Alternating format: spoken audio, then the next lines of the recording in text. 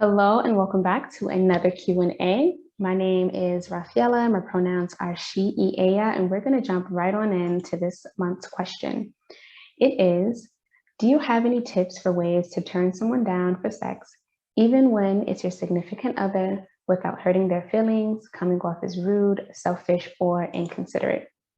So one, I just really want to acknowledge how common this experience is. I think when we watch TV and movies and things like that, we have this idea that two people, they're always in sync when it comes to sex. They both want it at the same time. There's this really intense chemistry. They know exactly what the other person wants, and everything just goes off without a hitch. And so just to validate that it is absolutely normal that two people are not going to want to have sex at the same time.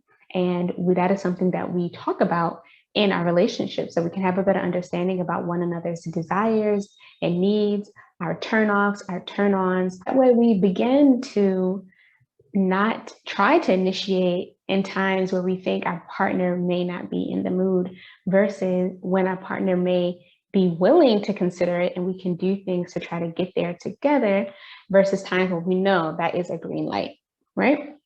So another thing to just normalize is that there are a lot of reasons why you don't want to have sex. It could be because, you're just had a tough day and you're feeling exhausted, or you have so many other things on your mind and you know that you aren't just in the best place. Maybe it is the type of sex that you're having that doesn't feel that exciting. And so you're not really in the mood, right? So that's something else that you can have conversations about with your partner or partners. But the question was about the tips. And so here are a few ideas. So the first thing that I think is really important is just to acknowledge that our partner or partners they are trying to connect with us or that they're trying to initiate. So even if I'm talking to my partner and the whole time they're on their phone, they're not acknowledging that I'm talking to them, I'm going to feel frustrated. I'm going to feel annoyed. I may even feel really embarrassed. We have to do the same thing when our partner is trying to connect with us. I'm going to say, regardless of what the thing is, but specifically, since we're talking about sex, if they're trying to initiate sex. So we know that putting ourselves out there regarding that can feel really vulnerable already, and we're not sure what our partner is going to say, and maybe it's been a long time and we're just trying to connect in that way. So how can you say, I see you, right? I'm not going to pretend that I don't see you. I'm not going to pretend that I didn't hear you or notice what you're trying to do. And just say something simple like, I really appreciate you asking, but whatever, I'm not in the mood, or I'm feeling really stressed or frustrated. You can say, it really makes me feel good that, you're wanting to have sex right now, but insert whatever the case is, right? So not letting our partner feel like they are not seen. So acknowledge them when they're trying to connect with you. Also being mindful of the way that you say things. So not intentionally trying to embarrass them or make them feel bad or mock them, because maybe you're like, oh my goodness, I cannot believe you would ask me or try to have sex with me right now. I have throw up on my shirt from feeding the baby, or I just had this day. I just told you about how stressed I was this day, how stressed I was today. And you're going to ask me this when I just want to relax, right? So kind of be mindful of the way that you are acknowledging your partner, and that it's not embarrassing or humiliating or anything like that. Since we're acknowledging that our partner is trying to connect with us, even though we may not be in the mood for sex, we can think about what we may be into in the moment. So you can say, oh, I'm really flattered and really appreciate you asking me, but you know what I would really like right now? And then you can insert the thing. It could be cuddling, it could be going out and spending time together, it could just be talking about each other's day, it could be eye gazing, it could be massage, it could be so many different things. But just thinking about what is an opportunity that we have right now to still connect with one another, even though it's not going to be in a sexual context. And this also lets your partner know that you're still prioritizing the relationship, that you're not rejecting them, right? You're just turning down one way of connection. And then we are going to be creative and problem solving, or just coming up with something else that we want to do. Additionally, earlier when I was like, sometimes people don't want to have sex because it's just not the type of sex they want to have, we can find ourselves kind of going through this routine with how we initiate and what we do. And sometimes we're turning that idea down, but we're not really saying it. So you can also think about, actually, maybe I do want to have sex, but let's do something different this time, right? Let's mix it up, switch it up, and incorporate some other things that we don't typically do or that we've maybe never done, and we want to have a conversation about that. So think about, what are your needs? What else would you like to do in terms of connection? Or if you have realized, like, maybe I just didn't want to have a certain type of sex or the same routine way of having sex, I want to do something else and I just haven't been able to speak up about it. The next thing that you can do is you can provide more clarity about why you're saying no, right?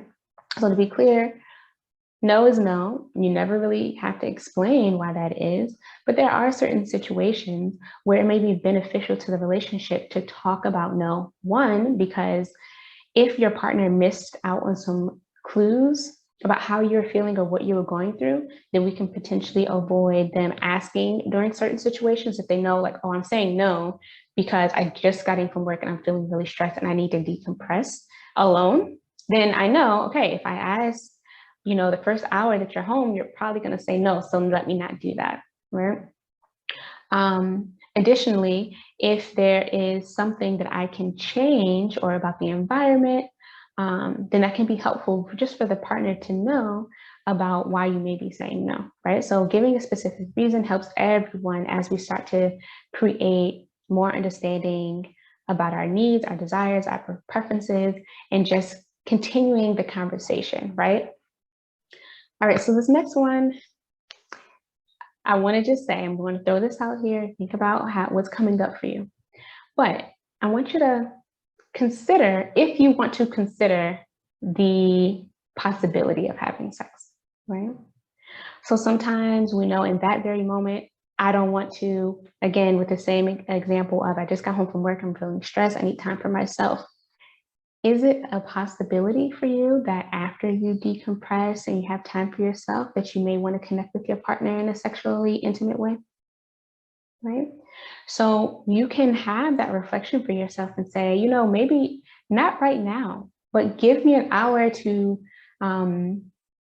decompress and engage in some me time, and then let's revisit this. So the key is just asking yourself those questions of, what am I feeling open to right now? Do I feel like I want to be in the mood to connect sexually and getting turned on? So taking the time to distance yourself from the ask, to actually reflect on what's coming up for you, what you want, what you need, and expressing that with your partner is really helpful. Because oftentimes we do experience like a sense of pressure. So they just asked this, or they're trying to initiate right now, so I need to give them the answer right now, and the answer is no. Or I'm usually saying yes because I feel bad and I don't want to hurt their feelings. But create a culture in your relationship where there is not a lot of sense of urgency or pressure. So that way I can really take the time for myself to think and process, determine what it is that I need, and then make a request of my partner.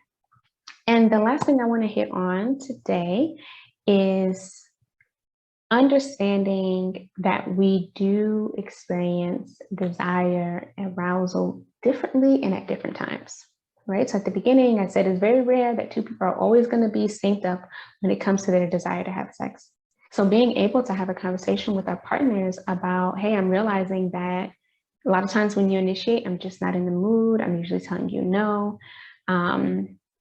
Can we talk about that? And vice versa. I noticed that when I ask you, you're usually saying no. And can we talk about what you're experiencing, what's going on? Hopefully with some of the other tips that I gave about acknowledging your partner, being respectful about it, right? Thinking about something else that you want to do, communicating your no and why, that can help add some perspective. But maybe there's some other things going on in the relationship or individually that is decreasing your willingness or your desire to have sex or say yes to sex. So I hope that was helpful, and I look forward to getting any comments and feedback that you may have about my suggestions. If you have any of your own that feel really good that you'd like to share, please don't hesitate, and I will be sure to include it in a post or somewhere else where I'm having this conversation. Take care and see you next month. Bye.